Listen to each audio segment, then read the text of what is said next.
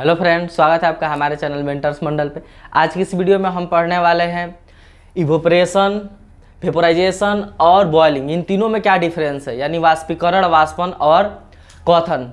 इस जो 3 पॉइंट है इसमें बहुत ज़्यादा कन्फ्यूजन रहता है, लेकिन ये तीनों क्या है, अलग है। हम इस वीडियो में आपको क्लियर करेंगे कि क्या डिफरेंस है, और इससे प्रीवियस ईयर एग्जाम में बहुत सारा क्वेश्चन भी पूछता है, वो सब भी आप ये पढ़ने के बाद कर सकते हैं आसानी से।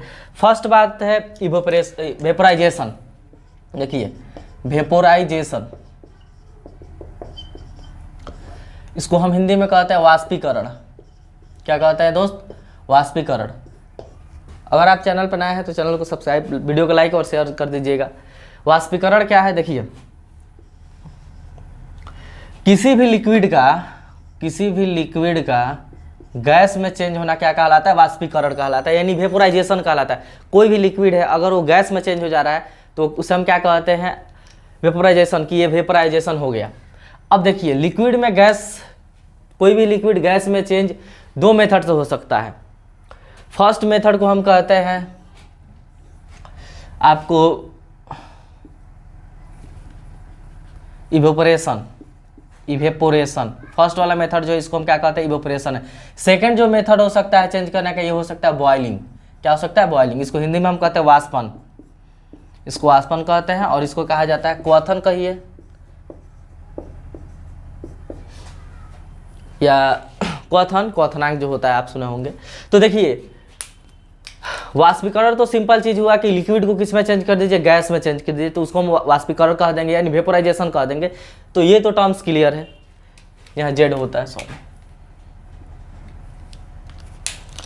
वेपोराइजेशन कह देंगे। लेकिन ये जो चेंज होने की प्रोसेस है ना, 2 मेथड से होता है। एक आपका होगा जिसको हम कहते हैं इवेपोरेशन, और एक होता है बॉइलिंग। अब ये दोनों में क्या अंतर है? बहुत लोगों को लगता है कि ये दोनों सेम है, लेकिन दोनों में डिफरेंस है, बहुत सारा डिफरेंस है। हर एक डिफरेंस को हम इसमें क्या करेंगे? क्लियर करेंगे। पहला देखिए, समझिए, जो इवेपोरेशन है ना, इवेपोरेशन यह किसी भी टेम्परेचर पर हो सकता है। यानी जो आपका बॉइलिंग पॉइंट होता है, जैसे किसी भी लिक्विड को वेपर बनने के लिए, गैस बनने के लिए एक फिक्स्ड पॉइंट होता है जिसको बॉइलिंग पॉइंट कहते हैं। जैसे वाटर के लिए 100 डिग्री सेल्सियस होता है, यानी पानी का टेम्परेचर अगर हम 100 डिग्री सेल्सियस बढ़ा देंगे तो क्या बन जाएगा? वेपर बन जाएगा। तो उसको हम क्या कहते हैं? बॉइलिंग पॉइंट कहते हैं। तो जो इवेपोरेशन है ना, ये बॉइलिंग पॉइंट से कम पे ही होता है। यानी पानी को, जो आपका लिक्विड है गैस बनने के लिए, बॉइलिंग पॉइंट तक टेम्परेचर को जाने की जरूरत ही नहीं है। उससे कम टेम्परेचर पे भी क्या होगा? इवेपोरेशन हो सकता है। जैसे हर एक लिक्विड का उसका बॉइलिंग पॉइंट है, उस पर अगर आप खौला दे रहे हैं, उतना टेम्परेचर उसको दे रहे हैं, उतना हीट दे रहे हैं, तो क्या होगा? वो बॉयल करेगा, यानी वेपर बनना शुरू हो जाएगा, गैस में चेंज होना शुरू हो जाएगा। लेकिन जो इवेपोरेशन है ना, ये बॉइलिंग पॉइंट से नीचे भी होता है, यानी 100 डिग्री के सेल्सियस के नीचे भी पानी क्या होता है? उड़ता है। आप देखेंगे कि पानी का रूम में रख दीजिए थोड़ा सा, वो 2-3 दिन बाद क्या होगा? उड़ के खत्म हो जाएगा। आपने वहाँ टेम्परेचर 100 डिग्री सेल्सियस नहीं किया, लेकिन फिर भी पानी क्या हुआ? उड़ गया।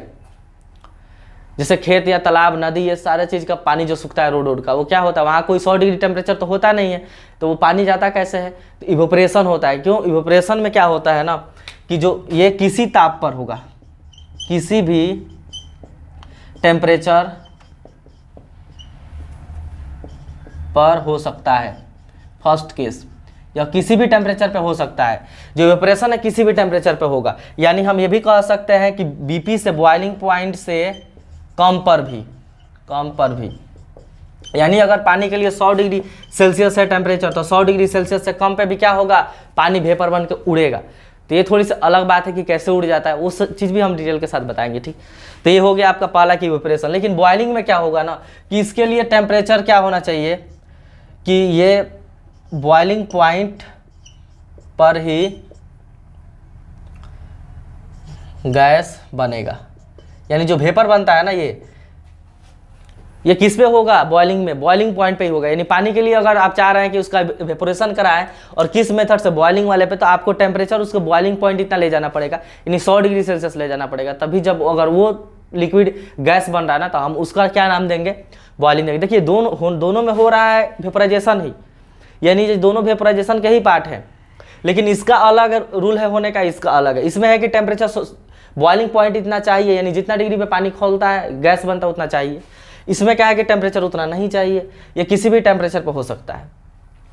अब एक बात ये आया कि देखिए, आपको बताया था कि फेज चेंज होता है, फेज यानी स्टेट चेंज होता है, जैसे लिक्विड से गैस में जा रहा है। तो यहाँ हम क्या देते हैं, लेटेंट हीट, जिसको गुप्त ऊष्मा कहते हैं। तो हमने डिटेल के साथ इस वीडियो बनाया है, आप वो देख लीजिएगा, तब ये चीज़ अच्छा समझ में आएगा।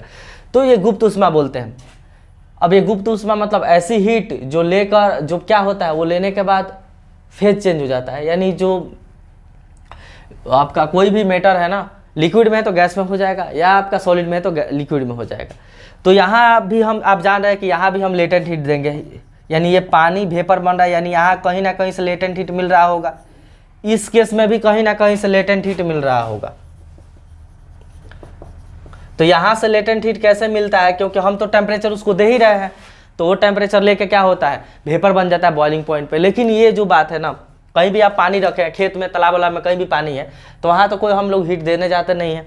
तो ये लेटेंट हीट मिलता है कहाँ से, तो ये लेटेंट हीट मिलता है उसके ही पार्टिकल से। जैसे समझिए, फर्स्ट कंडीशन आप समझे कि ये किसी भी टेम्परेचर पे हो सकता है, बॉइलिंग पॉइंट से कम पे भी हो सकता है, वो बॉइलिंग पॉइंट पे ही होगा। अब ये कैसे होता है बॉइलिंग पॉइंट पे कम से, वो चीज़ें हम बता देते हैं। देखिए, ये मान लीजिए वाटर है, ये वाटर, ठीक, ये पानी है। तो जो सरफेस के वाटर है ना, मतलब सबसे ऊपर का वाटर है, पानी है, उसके मॉलिक्यूल है, जो सबसे ऊपर वाले जो आपके पार्टिकल है या मॉलिक्यूल है, तो पानी के सबसे ऊपर वाले जो पार्टिकल होता है ना, मॉलिक्यूल होते हैं, आपको पता है कि मॉलिक्यूल के पास क्या होता है, काइनेटिक एनर्जी होती है, यानी वो मूव करते रहते हैं, तो उनके पास क्या होता है, गतिज ऊर्जा होता है। तो उसी में किसी मॉलिक्यूल के पास ज़्यादा होता है, किसी के पास कम होता है। तो ये जो चाहते हैं ना, जो सरफेस के वाटर है, क्यों, क्योंकि जो बात देखा पानी के सरफेस मतलब के जो मॉलिक्यूल हैं उनके ऊपर, यानी हवा में, मान लीजिए यहाँ पानी रखा है, हवा है ऊपर, तो हवा में वाटर कम है, इसमें वाटर ज़्यादा है, यानी हवा में वाटर का कंडेंसेशन क्या है, कम है, यहाँ ज़्यादा है। तो आपको पता है कि कोई भी लिक्विड चाहता है कि लो कंडेंसेशन से, मतलब फ्लो होना क्या होता है, हाई कंडेंसेशन से लो कंडेंसेशन में। तो ये क्या चाहेगा कि हम बाहर चले जाएं। बाहर जाने के लिए क्या होगा, जो सरफेस का वाटर है वही जाएगा, समझ रहे हैं ना। वो क्या करेगा ना, अपने नीचे जो, मतलब ये सरफेस वाले पार्टिकल हैं, इसके नीचे भी पार्टिकल होंगे क्योंकि पानी बहुत भरा है, तो उनसे क्या करता है, काइनेटिक एनर्जी ले लेता है, उतना काइनेटिक एनर्जी ले लेता है जिसके जो चाहिए फेज चेंज करने के लिए। ये कहिए कि फेज चेंज करने या फोर्स ऑफ अट्रैक्शन तोड़ने के लिए, यानी जो उन लोगों से अट्रैक्ट है वेपर बन के उड़ने के लिए एनर्जी जो चाहिए, किससे लेता है, तो अपने लेयर के नीचे वाले जो पार्टिकल है ना, मॉलिक्यूल है, उनसे ले लेता है। और उनसे लेकर, मान लीजिए इसके नीचे वाले जो लेयर हैं, ये मॉलिक्यूल है, इनसे लेकर और ये क्या होता है, वेपर बन के उड़ जाता है।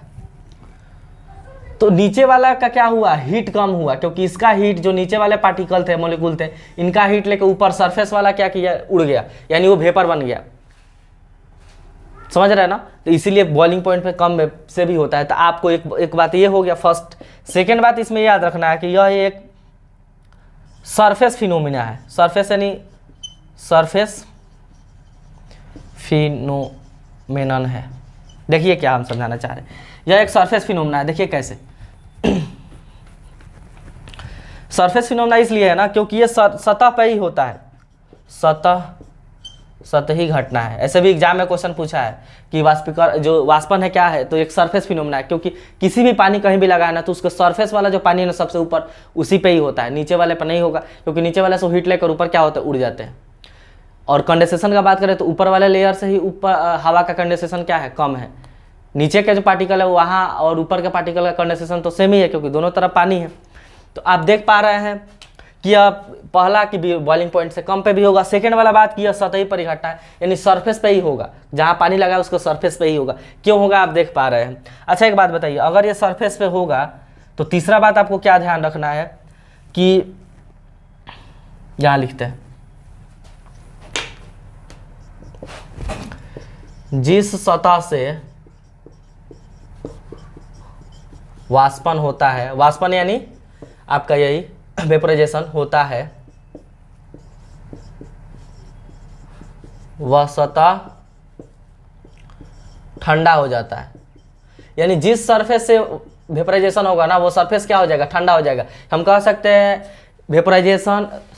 इवेपोरेशन कॉज कूलिंग, यानी जो वेपोरेशन है ना, वाष्पन है, वो उससे क्या होता है, ठंडक होता है। जिस सरफेस से होगा वो क्या हो जाएगा, सरफेस ठंडा हो जाएगा। देखिए कैसे, मान लीजिए इस लेयर से ये ऊपर वाला जो लेयर है, नीचे वाले पार्टिकल से हीट लेके उड़ गया, तो इसका हीट कम हुआ। आपको पता है किसी भी बॉडी से जब हीट निकलता है तो सरफेस क्या हो जाएगा, ठंडा हो जाएगा, क्योंकि हीट गया है तो वो जो सरफेस वो क्या हो जाएगा, ठंडा हो जाएगा। समझ रहे हैं ना, जिस चीज़ से हीट निकल गया वो ठंडा हो गया। तो इसीलिए जिस सरफेस से ये वाष्पन होगा ना, वेपराइजेशन होगा, सॉरी इवोपरेशन होगा, जिस सरफेस से इवोपरेशन होगा वो सरफेस क्या हो जाएगा, ठंडा हो जाएगा। क्योंकि जो सरफेस है ना उसी से हीट लेकर जो वाटर के मोलिक्यूल है वो क्या किए हैं, उड़ गए हैं, यानी वेपर में कन्वर्ट हो गए हैं। तो उनका हीट में कमी हुआ, तो हीट में कमी होगा तो क्या हो जाएगा, ठंडा हो जाएगा। तो इसलिए सरफेस क्या होता है, ठंडा। ये बहुत इंपॉर्टेंट चीज़ है। देखिए जैसे जिस सरफेस से वाष्पन होता है बस क्या होता है, ठंडा हो जाता है। जैसे देखिए हम लोग को पसीना होता है तो बॉडी पसीना क्यों होता है, देखिए पसीना होने के बाद जब पसीना सूखता है ना तो बहुत अच्छा ठंडा लगता है। रीज़न क्या है, क्योंकि जो पसीना हुआ तो बॉडी पे क्या है, आपके वाटर आ गया है, और वो वाटर क्या होगा ना, अब वेपर बन के ऊपर जाना चाहेगा। तो जैसे ही वेपर बन के ऊपर जाएगा तो उसको हीट चाहिए, बोले थे ना हीट चाहिए, लेटेंट हीट। अब वेपराइजेशन बोलते हैं उसको, लेटेंट हीट चाहिए। अब वो हीट मिलेगा कहाँ से, तो जिस सरफेस पे, और सरफेस क्या है, हमारे शरीर पे, तो हमारे शरीर से क्या करता है, हीट ऑब्जर्व करके उड़ जाता है, और हमारे बॉडी का हीट लेके गया तो हमारा शरीर क्या हो जाएगा, ठंडा हो जाएगा। इसलिए हम लोग को क्या लगती है, ठंडी लगती है। तो देखिए जब भी फीवर ओवर होता है ना तो बॉडी इसलिए टेम्परेचर, पसीना इसलिए रिलीज करता है कि शरीर का टेम्परेचर को क्या किया जाए, कम किया जाए, क्योंकि टेम्परेचर उस समय ज़्यादा हो जाता है। तो पसीना होने के बाद क्या होता है, पसीना जब उड़ेगा तो शरीर ठंडा हो जाएगा, यानी बॉडी ठंडा हो जाएगा। तो बुखार उखार के समय के बाद पसीना इसीलिए होता है कि शरीर को क्या हो जाए, ठंडा। यानी जब भी शरीर को लगेगा कि बॉडी को ठंडा देना चाहिए, आप एक्सरसाइज कर रहे हैं उस समय भी निकलता है, क्योंकि शरीर हीट कर जाता है। तो जब ठंडा शरीर को लगता है कि ठंडा होना चाहिए तब क्या होगा, पसीना होगा, पसीना होगा, पसीना सूखेगा, उड़ेगा, हीट लेगा आपके बॉडी का, तो शरीर क्या हो जाएगा, ठंडा हो जाएगा। ये बहुत ही अच्छा ये मतलब इसका एग्जाम्पल है। आप ये भी देखोगे घड़ा का जो पानी है वो भी ठंडा होता है गर्मी के दिन में, क्योंकि घड़ा में क्या होता है, जो छोटे छोटे छेद होते हैं उससे क्या होता है, पानी इवेपोरेट करके ऊपर जाता है, और पानी इवेपोरेट करके ऊपर जाएगा तो जो अंदर का पानी है वो क्या हो जाएगा, ठंडा हो जाएगा, क्योंकि उसका हीट लेकर वो चला गया है। तो इसीलिए घड़ा का पानी क्या होता है, मटका का पानी ठंडा रहता है, इवेपोरेशन के ही चलते। तो ये दो मेजर क्या है, एग्जाम्पल है आपके, जिस सरफेस मतलब वाष्पन होता है वो क्या हो जाता है, ठंडा हो जाता है। ये ध्यान रखना, ये एक सरफेस फिनोमेनन है, यानी सतही घटना। अब इसमें कुछ बात बताए तो ये देखिए, यहाँ आपको ध्यान रखना है ना, यहाँ ठंडा कुछ नहीं होगा, ठंडा वाला ऐसा कुछ बात नहीं होगा। यानी हीट अगर बॉइलिंग हो रहा है तो वहाँ ठंडा वाला कुछ बात ऐसा नहीं होता है, क्योंकि लगातार नीचे से हीट प्रोवाइड कीजिएगा तभी क्या होगा, बॉइलिंग होगा। हीट रोक दीजिएगा तो बॉइलिंग नहीं हो सकता है, तो ठंडा वाला बात इसमें नहीं होता। और ये जो है सरफेस फिनोमेना है, लेकिन जो बॉइलिंग है ना ये सरफेस फिनोमेना नहीं है, यह सरफेस फिनोमेना नहीं है, यानी सतही परिघटना नहीं है यह। तब ये क्या है, तो बॉइलिंग प्रत्येक जगह से होता है।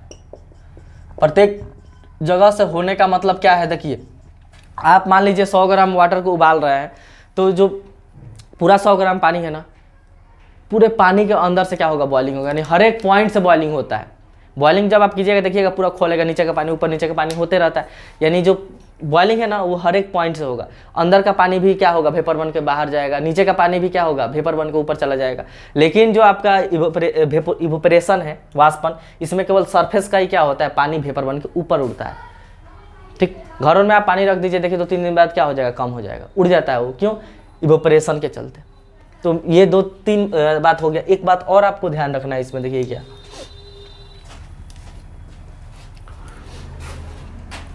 एक मिनट, ये जो इवोपरेशन है ना ये बहुत स्लो प्रोसेस है।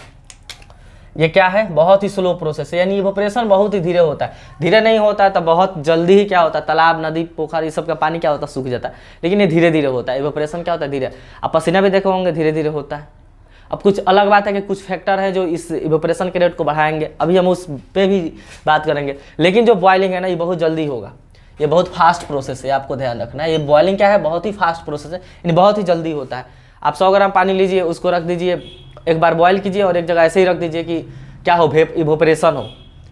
तो इवोपरेशन वाले केस में बहुत दिन लग जाएगा होने में, पूरा 100 ग्राम पानी को इवोपरेट होने में। लेकिन बॉइलिंग मिनट में भी हो जाएगा, 5 मिनट भी आप 10 मिनट उबाल दीजिएगा तो क्या होगा, सब पानी उड़ जाएगा।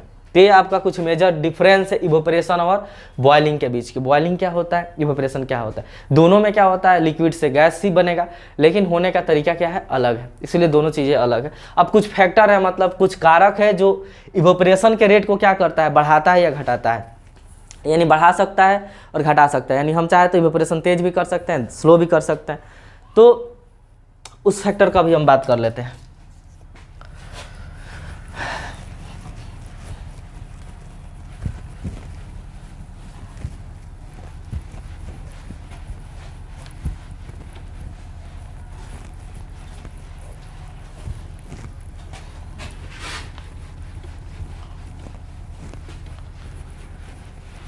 देखिए क्या क्या फैक्टर है, यहाँ लिख देते हैं। फैक्टर अफेक्टिंग इवेपोरेशन, यानी वो कौन कौन से कारक है जो इवेपोरेशन के रेट को, यानी वाष्पन के दर को क्या करते हैं, वाष्पन के दर को प्रभावित करने वाले कारक। हिंदी में लिखे तो क्या कह सकते हैं, वाष्पन के दर को प्रभावित करने वाले कारक। यानी कौन कौन से फैक्टर है जो इवेपोरेशन के रेट है ना उसको क्या करते हैं, डिस्टर्ब करते हैं या उसको इफेक्ट करते हैं। तो फर्स्ट आपको बात ध्यान रखना है, उसमें फर्स्ट है आपका टेम्परेचर, यानी तापमान। फर्स्ट क्या है, तापमान। और तापमान क्या होता है, ये वाष्पन के डायरेक्टली प्रोपोर्शनल होता है। देखिए ये वाष्पन लिखे है, यानी इवेपोरेशन, यानी ये डायरेक्टली प्रोपोर्शनल का मतलब हुआ ना, ये बढ़ेगा तो ये भी बढ़ जाएगा। डायरेक्टली प्रोपोर्शनल का मतलब ये हुआ, अगर पहला इंक्रीज करेगा तो ये भी क्या होगा, इंक्रीज करेगा। दूसरा, अगर तापमान घटाइएगा तो वाष्पन का दर क्या होगा, यहाँ वाष्पन का दर लिख लीजिए, वाष्पन की दर डायरेक्टली प्रोपोर्शनल होता है। फर्स्ट बात, यानी टेम्परेचर बढ़ा रहा है, आप किसी ऑब्जेक्ट का टेम्परेचर बढ़ा रहे हैं तो कन्फर्म है कि उसका जो इवेपोरेशन का दर है ना वो बढ़ जाएगा। यानी कोई एक गर्म पानी रखिए और एक ठंडा पानी रख दीजिए, गर्म यानी कुछ उसको उसका टेम्परेचर 60-70 डिग्री कर दीजिए और एक पानी को 40 डिग्री कर दीजिए, तो सबसे जल्दी कौन इवेपोरेट होगा, गर्म वाला। क्योंकि जो गर्म पानी है ना उसके पार्टिकल के पास काइनेटिक एनर्जी क्या रहता है, ज़्यादा रहता है, तो उसको आसानी से मिल जाता है उतना हीट कि वो ऑब्जर्व करके क्या हो सके, वेपर बन सके। इसलिए जो टेम्परेचर है ना वाष्पन के दर को क्या करता है, इंक्रीज कर देता है। सेकेंड चीज़ आपको ध्यान रखना है, देखिए क्या और कौन से फैक्टर है, हवा की गति। सेकेंड है आपका हवा की गति, यानी हवा की स्पीड। ये कहिए हवा, ये भी डायरेक्टली प्रोपोर्शनल होता है वाष्पन की दर के। यानी अगर आपको हवा बहा दी जाए, यानी हवा बहे बहुत तेजी में, तो इवेपोरेशन है ना बहुत जल्दी होगा। यानी देखिए जब हमको लोगों को पसीना हुआ रहता है या हमारा शरीर नहाया रहता है, गीला रहता है, तो हम लोग क्या करते हैं, पंखा के नीचे बैठते हैं। पंखा से क्या होता है, हवा निकलता है। अब देखोगे पसीना हुआ है, पंखा के नीचे बैठिएगा तो और ठंडा लगता है। रीज़न क्या है कि जब हवा चलती है ना तो इवेपोरेशन का जो रेट इवेपोरेशन का क्या होता है, तेज होता है, यानी वाष्पन बहुत जल्दी जल्दी होने लगता है। और वाष्पन जल्दी जल्दी होगा तो हमको जो कूलिंग है ना, ठंडा मतलब अच्छा होगा, जल्दी जल्दी होगा। तो एक अब ये क्यों होता है, तो देखिए हवा वाला बात बता देते हैं।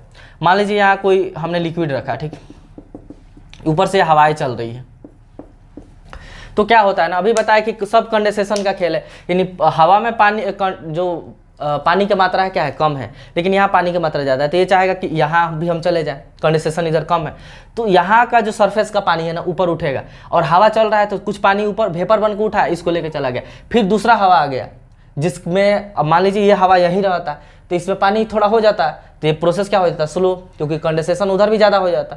तो ये हवा जैसे ये वेपर बन के उठा पानी, हवा आया इसको लेके चले गया। फिर दूसरा हवा ऐसा आ गया जिसका कंडेंसेशन क्या है, कम है, मतलब उसमें पानी नहीं है, तो फिर इवेपोरेशन बहुत जल्दी होगा, फिर आएगा लेके जाएगा, आएगा लेके जाएगा। इसलिए जो हवा की गति है ना इवेपोरेशन के रेट को क्या करती है, बढ़ा देती है, क्योंकि हवाएं वेपर ले लेके और चलती जाती है।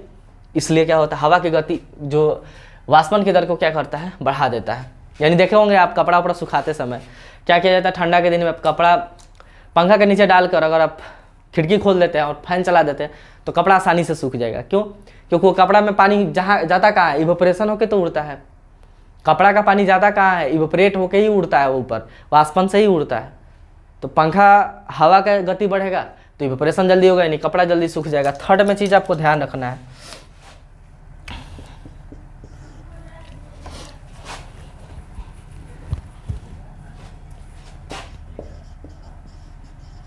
सरफेस एरिया, अरे इंग्लिश का है लिख दिए, पृष्ठ क्षेत्रफल।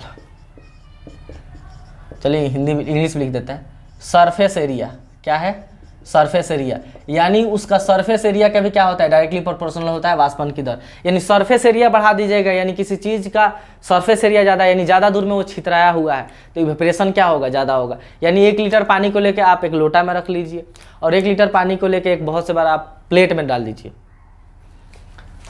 देखिए हमने ये 1 लीटर पानी इतना में हटा दिया, ठीक, और 1 लीटर पानी अब इतना बड़ा हम प्लेट में रख रहे हैं। ये मान लीजिए प्लेट है आपका, अरे भाई नहीं बना, 1 मिनट।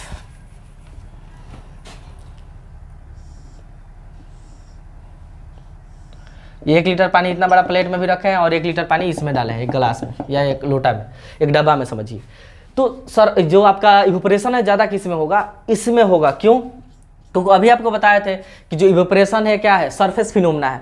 तो सरफेस फिनोमेना का मतलब हुआ कि जितना ज़्यादा सरफेस रहेगा, ऊपर से ही तो उड़ना है, तो जितना ज़्यादा सरफेस रहेगा इवेपोरेशन क्या होगा, उतना ही ज़्यादा होगा, यानी ज़्यादा पार्टिकल मिलेगा। ज़्यादा दूर में फैला है तो ज़्यादा पार्टिकल ऊपर आ जाएंगे, और ज़्यादा पार्टिकल ऊपर आ जाएंगे तो ज़्यादा पार्टिकल ऊपर उठेंगे, यानी इवेपोरेट होंगे। यहाँ कम पार्टिकल ऊपर आए हैं, ऊपर से ही उठना है, तो यहाँ इवेपोरेशन क्या होगा, स्लो होगा। इसलिए जो सरफेस एरिया है ना, इवेपोरेशन के रेट को क्या करता है, इंक्रीज कर देता है। इसलिए आप देखेंगे कि कपड़ा सुखाते वक्त उसको फैला के डाला जाता है। अगर उसको घुमेट के ही डाल दीजिएगा धोकर तो वो जल्दी नहीं सूखेगा। क्यों? क्योंकि घुमेट के आप डाले हैं तो सरफेस एरिया कम हो गया है, ज़्यादा दूर पे छितराया नहीं है, तो जो इवेपोरेशन का रेट है वो स्लो हो जाएगा। तो इसलिए कपड़ा को खोल कर रखा जाता है, फैला कर डाल दिया जाता है कि सरफेस एरिया बढ़ जाए, और सरफेस एरिया बढ़ेगा तो क्या होगा, इवेपोरेशन क्या होगा, जल्दी होगा, यानी कपड़ा जल्दी सूखेगा। महिलाएं जो है, लड़कियां, बाल जो नहाते के वक्त बाल गीला हो जाता है तो बाल को सुखाने के लिए क्या करती है, खोल के रखती है। अगर वो बांध देगी ना तो जल्दी नहीं सूखेगा। क्यों? क्योंकि सरफेस एरिया कम हो जाएगा, तो जो पानी है उसमें इवेपोरेट नहीं हो पाएगा, इसीलिए बाल खोल कर रखती है। तो क्या होगा, इवेपोरेशन ज़्यादा होगा। भले उन लोगों को पता ना हो कि यहाँ साइंस का रीजन काम करता है, मतलब साइंस का लॉ काम करता है, लेकिन ऐसा करने से क्या होता है, इवेपोरेशन जल्दी होगा तो बाल जल्दी सूखेगा। यानी सरफेस एरिया का भी क्या होता है दोस्त, डायरेक्टली प्रोपोर्शनल होता है क्या, वाष्पन की दर। 4th चीज़ आपको एक बात और ध्यान रखना है, ह्यूमिडिटी, आर्द्रता जिसको कहते हैं, ह्यूमिडिटी। लेकिन ह्यूमिडिटी के क्या होता है, इनवर्सली प्रोपोर्शनल होता है वाष्पन का दर। ये बहुत इंपॉर्टेंट है, ह्यूमिडिटी के इनवर्सली प्रोपोर्शनल होता है। यानी आप ह्यूमिडिटी क्या होता है पहले ये जान लीजिए। तो जो वाटर मौजूद है ना हवा में, उन्हीं को हम क्या कहते हैं, ह्यूमिडिटी कहते हैं। यानी water presence in air is called humidity. पानी कितना एयर में है उसी को ह्यूमिडिटी कहते हैं। अगर पानी एयर में ज़्यादा है, यानी हवा जो है हमारे एटमॉस्फेयर में, उसमें पानी की मात्रा, वेपर का मात्रा ज़्यादा है, तो हम कहेंगे कि ह्यूमिडिटी क्या है, ज़्यादा है। लेकिन पानी का मात्रा अगर कम है तो हम कहेंगे ह्यूमिडिटी क्या है, कम है। तो अगर ह्यूमिडिटी ज़्यादा, इसका मतलब हुआ कि अगर ह्यूमिडिटी ज़्यादा है तो वाष्पन की दर क्या होगा, कम होगा, यानी इवेपोरेशन क्या होगा, स्लो होगा। और ह्यूमिडिटी कम है तो इवेपोरेशन क्या होगा, जल्दी होगा। इसलिए आप देखोगे बरसात के दिन में क्या होता है ना, ऊपर पानी की मात्रा बहुत ज़्यादा रहता है, इवेपोरेशन ह्यूमिडिटी बहुत ज़्यादा रहता है। तो ह्यूमिडिटी ज़्यादा रहेगा तो वाष्पन का दर कम होगा। वाष्पन का दर कम होने का मतलब कि पानी जल्दी जल्दी वेपर बनकर नहीं उड़ेगा। इसलिए आपका ठंडा का दिन हो गया या बरसात के दिन हो गया, कपड़ा देरी से सूखता है, क्योंकि जो एयर है ना उसमें ह्यूमिडिटी ज़्यादा। आप एक बात बताइए ना, यहाँ से पानी को उड़ाना है, ये मान लीजिए पानी से उड़ाना है, और ये हवाएँ हैं, और हवा में पहले से ही वाटर बहुत ज़्यादा है, H2O बहुत ज़्यादा है। तो अभी बताए थे कंडेंसेशन यहाँ ज़्यादा है और यहाँ है ही, तो स्लो प्रोसेस होगा। यहाँ कंडेंसेशन यानी वाटर नहीं रहता तो तेज़ी में होता, यानी ह्यूमिडिटी अगर, क्योंकि हवा में पानी पहले से ही है तो और पानी ज़्यादा जाना थोड़ा स्लो होगा, इतना जल्दी जल्दी जाएगा नहीं। इसलिए कहा जाता है कि अगर ह्यूमिडिटी ज़्यादा है ना तो वाष्पन की दर क्या होगा, स्लो होगा, और ह्यूमिडिटी कम है तो वाष्पन की दर क्या होता है, ज़्यादा होता है। तो ठंडा के दिन में या बरसात के दिन में कपड़ा स्लो सूखता है इसी की वजह से। 5th एक और कैरेक्टर आपको ध्यान रखना है, जिसको हम कहते हैं वोलाटिलिटी। वोलाटिलिटी, देखिए ये क्या, वोलाटिलिटी क्या है ना, यह स्पेशल कैरेक्टर है। स्पेशल कैरेक्टर है किसका, किसी भी पदार्थ का, किसी भी मैटर का। यानी कोई मैटर पे भी डिपेंड करता है कि उसका इवेपोरेशन जल्दी होगा कि नहीं। जैसे मान लीजिए कोई आप सरसों का तेल ला लीजिए और पानी ला लीजिए, तो दोनों का इवेपोरेशन जल्दी उतना तेज़ी से नहीं हो सकता है। अब ये पदार्थ पे भी डिपेंड करता है कि कौन सा पदार्थ। जैसे स्प्रिट देखिए, स्प्रिट को डालने पे हाथ पे बहुत ज़्यादा ठंडा लगता है। क्यों? क्योंकि स्प्रिट बहुत जल्दी उड़ जाता है, यानी बहुत तेज़ी में हीट लिया आपके शरीर से उड़ गया तो आपको क्या लगेगा, ठंडा लगेगा। उसी तरह पेट्रोल है, पेट्रोल भी तेज़ी में उड़ता है, पेट्रोल हाथ पर रखिए ठंडा लगेगा। तो ये दोनों का इवेपोरेशन क्या होता है, बहुत जल्दी होता है वाटर से, इसलिए और ज़्यादा ठंडा लगेगा। यानी ये जो आपका वोलाटिलिटी है, ये पदार्थ के मैटर के कैसा उसका मैटर के पदार्थ पे भी क्या करता है, डिपेंड करता है। यानी अलग अलग पदार्थ के लिए अलग अलग ये चीज़ें होती हैं। किसी के लिए आपका इवेपोरेशन तेजी में होगा, किसी के लिए स्लो होगा। तो यही सब क्वेश्चन है। आप प्रीवियस ईयर क्वेश्चन बनेंगे 100% वो सब क्या होगा, बन जाएगा। इवेपोरेशन, और उम्मीद करते हैं आपको वेपोराइजेशन, इवेपोरेशन और बॉइलिंग समझ में आया होगा। ये वेपोराइजेशन का ही ये दोनों पार्ट है। कौन कौन, वेपोरेशन और इवेपोरेशन और बॉइलिंग। लेकिन दोनों में डिफरेंस है कि एक बॉइलिंग पॉइंट से नीचे होगा। बहुत सारा डिफरेंस हमने बताया। तो वीडियो आपको अच्छा लगा है तो लाइक और शेयर जरूर कीजिएगा। नया है तो चैनल को सब्सक्राइब जरूर कर लीजिएगा।